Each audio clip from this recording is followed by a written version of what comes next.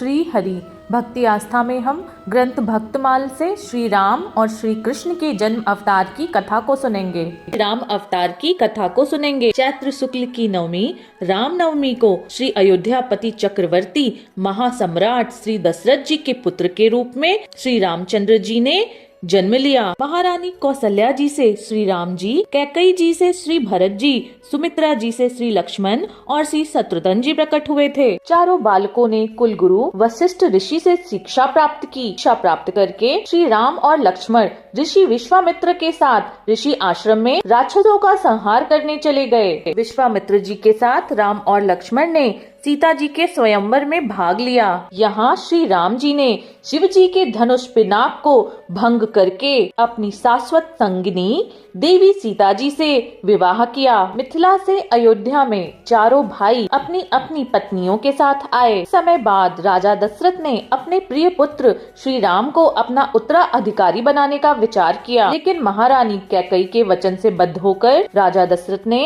अपने वचन में राम को 14 वर्ष का वनवास दिया और अपने पुत्र भरत को अयोध्या का राज्य। भरत जी ने राज्य और सिंहासन का त्याग करके श्री रामचंद्र जी की चरण पादुकाओं को अयोध्या की राजगद्दी पर रखा। श्री राम ने केवट की निश्चल भक्ति और मित्रता को अपने हृदय से लगाया। दंडकारण्य वन में निवास के समय श्री राम ने रावण के भाई खरदूषण का भी वध किया। अपने भाइयों और बहन के अपमान से दुखित रावण ने क्रोध में जलते हुए माता सीता का हरण करके जटायु का वध कर दिया। श्री रामचंद्र जी ने माता सबरी को सदगति प्रदान की। भक्त हनुमान जी से मिलने के पश्चात सुग्रीव जी से मित्रता करके सुग्रीव जी के कपटी भाई बाली को मार करके सुग्रीव का राज्य वापस दिलवाकर संपूर्ण वानर समाज को आधार बनाया। श्री हनुमान जी अशोक वाटिका में प्रस्थान करके माता सीता को जीवित देखकर उनसे सभी आशीर्वाद प्राप्त करके और लंका दहन करके श्री रामचंद्र जी के पास लौटे। समस्त वानर सेना के साथ लंका पर युद्ध की चढ़ाई हेतु श्री राम सेतु का निर्माण हुआ। युद्ध में रावण को मारकर श्री राम ने विजय प्राप्त की। माँ सीता और अपने भाई लक्ष्मण समेत वापस आकर रामेश्वरम शिवलिंग की स्थापना की। युद्ध में विजय के पश्चात अपने भाई श्री लक्ष्मण जी और माता सीता जी को लेकर श्री राम अयोध्या को लौटे। अयोध्या में श्री रामचंद्र जी का भव्य राज्याभिषेक किया गया। श्री रामचंद्र जी ने 11,000 वर्ष तक अयोध्या पर सुशासन किया और राम राज्य की स्थापना हुई। भगवान श्री कृष्ण के जन्म अवतार की कथा। भगवान श्री कृष्ण भाद्रपद की कृष्ण अष्टमी की अर्धरात्रि को कंस के कारागार में श्री नारायण अपने चतुर्भुज रूप में प्रकट हुए। वात्सल्य भाव हृदया माता देवकी की प्रार्थना पर भक्त वत्सल भगवान ने प्राकृतिक शिशु सा रूप धारण कर लिया था। श्री वासुदेव जी भगवान की आज्ञा अनुसार शिशु रूप भगवान को नंद आलय में श्री यशोदा मैया के पास सुलाकर बदले में यशोदा जी द्वारा माँ जगदम्बा महामाया को ले आए। इधर नंद बाबा के घर में नन्हे से गोपाल जी के आने की खुशी में महोत्सव मनाए जा रहे थे। बाल्यकाल में ही श्री कृष्ण ने पूतना का वध किया। त्रिणावर्त, बकासुर और वत्सासुर को पीसकर मार डाला। गोपों की रक्षा की।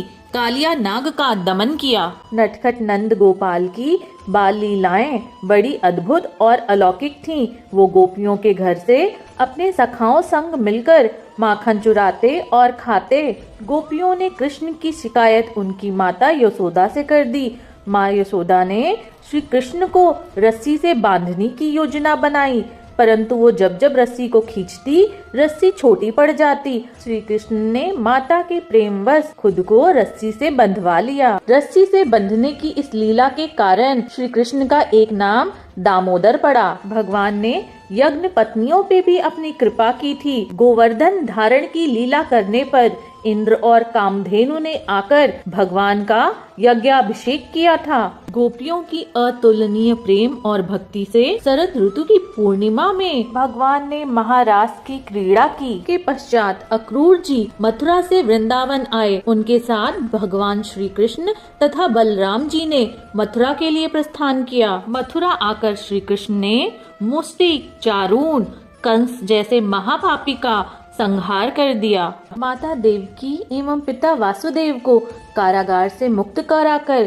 सिंहासन पर बिठाया। श्री भगवान ने उद्धव और बलराम जी के साथ मिलकर यदुवंशियों का सब प्रकार से प्रिय और हित किया। काल्यवन को भस्म कराकर द्वारकापुरी बसाई। स्वर्ग से कल्प वृक्ष और सुधर्मा सभा में लेके आए। भगवान ने श्री रुक्मणी जी से विवाह किया। भगवान ने द्वारका में अपने बचपन के मित्र सुदामा के भक्ति और प्रेम में खुद को न्यौछावर कर दिया। भौमासुर को मारकर 16,000 कन्याओं की प्राणों की रक्षा की। महापापी शिशुपाल, पौंड्रक, साल्व सभी का वध किया। श्री भगवान ने कुरुक्षेत्र के युद्ध में धर्म के पक्ष में खड़े पांडवों की सहायता की। अपने मित्र अर्जुन के रथ के सारथी बने। अर्जुन को गीता के ज्ञान का उपदेश दिया। युद्ध में विजय के पश्चात पांडवों को ही निमित्त बनाकर पृथ्वी का बहुत बड़ा भार उतार दिया और अंत में ब्राह्मणों के शाप के बहाने यदुवंश का संहार करवाया। अंत समय में श्री उद्धव जी को आत्मज्ञान